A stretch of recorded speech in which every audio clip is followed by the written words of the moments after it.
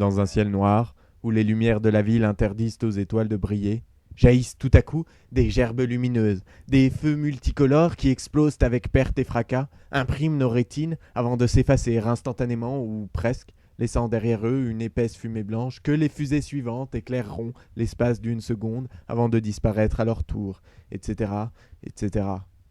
Ce ballet incandescent, rythmé par les acclamations émerveillées d'un public Ravensburger, de 7 à 77 ans, spectacle annuel qui tonne au firmament de la cité, pour que chacun lève les yeux au ciel au moins une fois dans l'année, héritage d'une époque pas si lointaine où la laïcité était un concept aussi abscon que le rasoir à 3 lames, la démocratie participative, les frappes chirurgicales, le 440, la bombe à neutrons, bref, toutes les grandes inventions qui ont émergé de l'esprit fertile des sapiens sapiens du XXe siècle, cherchant à s'extirper toujours un peu plus du carcan animalier hérité de leurs ancêtres lointains.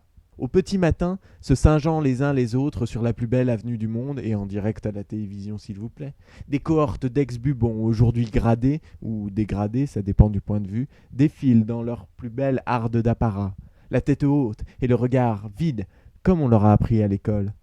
Le pays est en fête et commémore on ne sait plus vraiment quoi, sous l'œil fatigué de la moitié de Carla qui, dans ces coups de temps-là, se demande s'il n'aurait pas gagné à se couper en se rasant quelques années auparavant, plutôt que de se monter le bulbe avec ses conneries de présidentielle, tout ça, tout ça.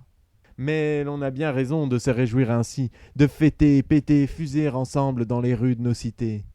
Panem et Kirkenses se gaussent les grands de ce monde dans leurs bureaux, tandis que les audiences de Secret Story sont au plus haut et que des USA à la France résonnent en juillet les explosions des pétards des gosses qui couvrent l'agonie du miséreux qui crève de faim sous son carton au coin de la rue. Avec un peu de chance, il y aura bien un crétin acnéique qui s'en ira lui coller un bison 4 entre les miches pour rire, lui offrant ainsi un séjour gratuit en chambre tout confort d'un hôpital public bondé, ou mieux encore, une dernière demeure, 6 pieds en l'air. Panem et Kirkenses. Et si le pain se fait rare, redoublez les jeux.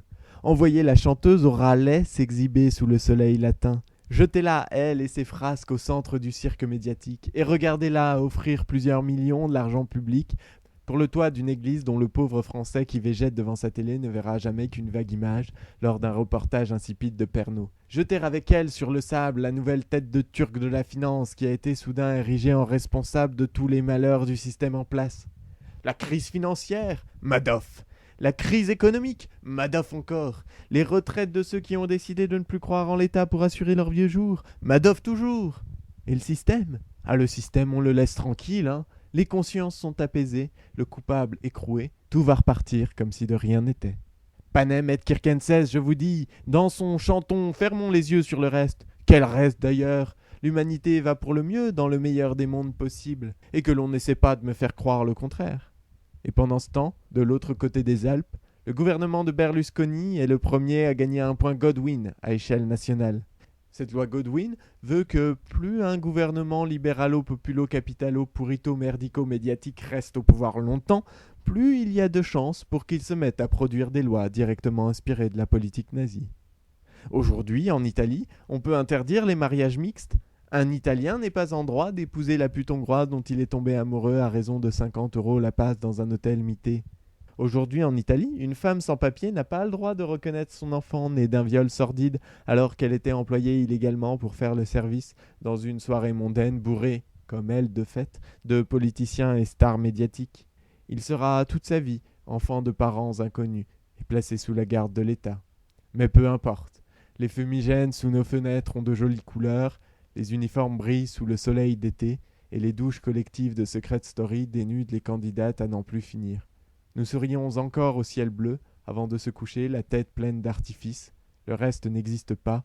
Il n'explose pas encore dans un vacarme réjouissant, juste en bas de chez moi.